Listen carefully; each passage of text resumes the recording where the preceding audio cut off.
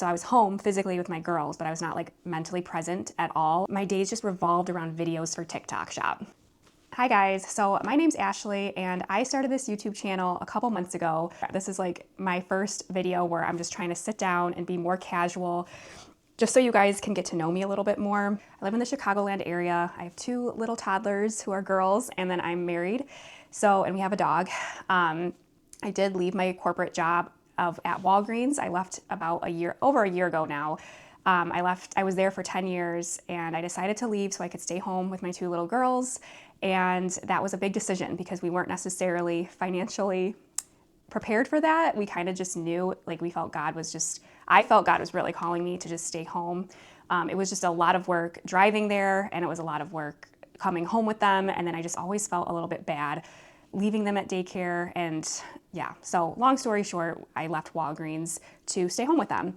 And it's been really good, but it's also been really, of course, it's like another job basically. So learning the ins and outs of being a good stay-at-home mom and learning how to parent and all of that, especially in a Christian biblical way, it's a lot some days. It can be challenging. It's a lot different than working in an office setting.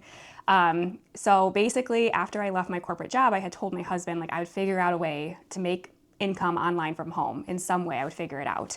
So I told him that about a year ago now, and I'm still figuring it out. But one of the things I did try doing for a while was TikTok.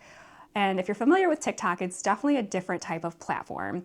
It's probably the most fast-paced platform, probably the easiest way to get followers and views and all of that. And then once you hit a certain amount of subscribers, at the time it was 5,000. I don't know if it's the same now, but then you could do TikTok Shop.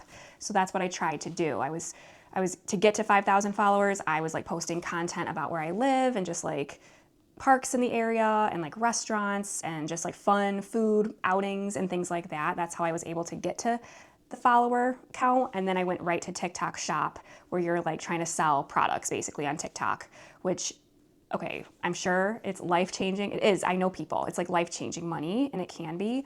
But it's no joke. It's something you have to take seriously. It's something you have to research. And it's with any job, it's there's a learning curve.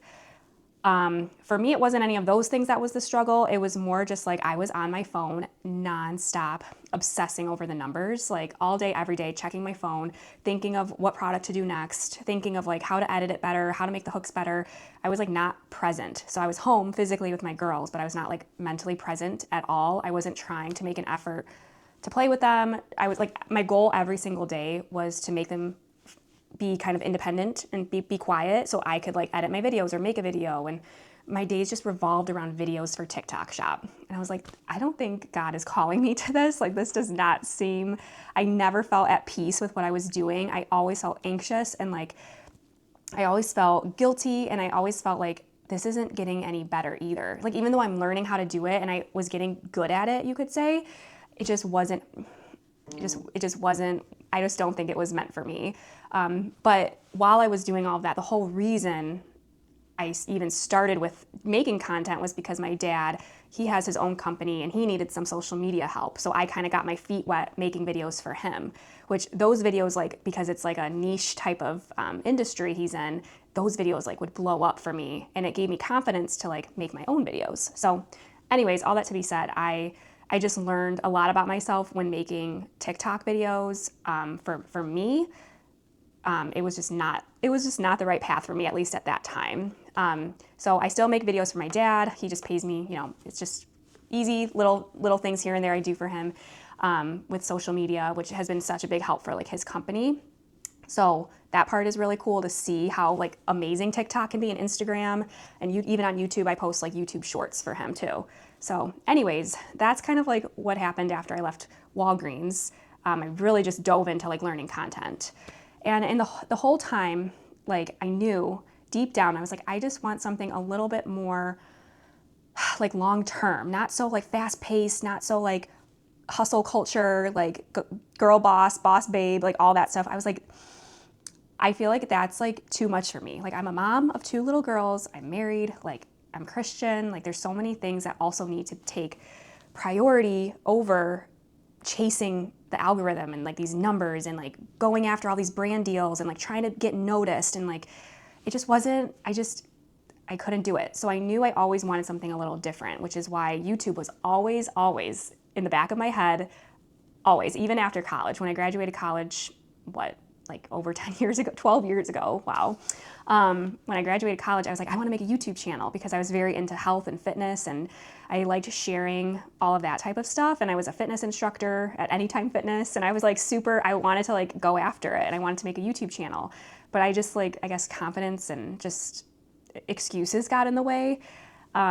So here we are. I was like, I want to make a YouTube channel. And even though I never had like the perfect idea or like the perfect niche idea or like the perfect anything or clarity figured out, I just knew I wanted to do it. So I just started experimenting, and basically like I decided like I'll try posting about how I'm running the Chicago Marathon, because I am, and that's cool. But I realized I don't really like sharing running content though. I just knew the right idea would kind of form as I started just forcing myself to make videos, even if it felt like I wasn't ready yet or I didn't have like the best idea yet. I knew at least like practicing and making videos and editing them for YouTube would help direct me in the right way, which it definitely did, because I learned that I did not like talking about running. I learned that I don't really like recording like the foods I'm eating or like activities I'm doing with my girls. Like those things I like watching those things, but I didn't like making content on those things. I ended up watching this YouTuber, I think it's Oshina, and she's like a booktuber, I guess is what you would call her, a Christian booktuber. So she popped up on my feed at one point, and she was recommending a book, and I was like, oh, I should read that book, because I don't read a lot of books. And I always felt like I should read books. Like I always had that in me, like I need to stop being on my phone so much and probably start reading. My mom's a reader. There's other women in my life who read a lot, and I was like, why can't I ever read? Like why don't I ever try? So I saw one of her videos, and it inspired me to basically read that book she was talking about. And I read it, and I was like, I don't know, I couldn't put it down. I got excited to pick it up. I sort of like established this like new hobby and routine for myself, which I had struggled to find just being a mom. I felt like I wasn't doing anything fun for myself, minus the running, but like running's not, it's like training. So it's not always fun. It's sort of like a discipline. But reading felt like it was something that was like my little escape, like, or my little like, I don't know, my time to myself, I guess. And I just really loved every night. I was like doing it and reading, and then one book led to another book, and then another book. And then I was just like, I love this, and I love sharing. And it's not like all my friends were all reading the same books. So a lot of us, like, there's no one really to talk to about reading the book, like the books that I'm reading. And I was like, maybe I'll just start making videos on the books I'm reading and just see how that goes, and kind of call myself a booktuber. Since I'm Christian and I'm strong in my faith and all the books I've been reading are Christian, I was just like, I just want to really share my faith and not shy away from that. And I think that was another reason TikTok felt so hard on me, was because I felt like I couldn't share my faith on there, because I had already shared like parks and restaurants and then TikTok shop. It just like, there was no good way that I felt like naturally I could like weave in my faith. Like I don't know, I guess I put myself in a box on TikTok.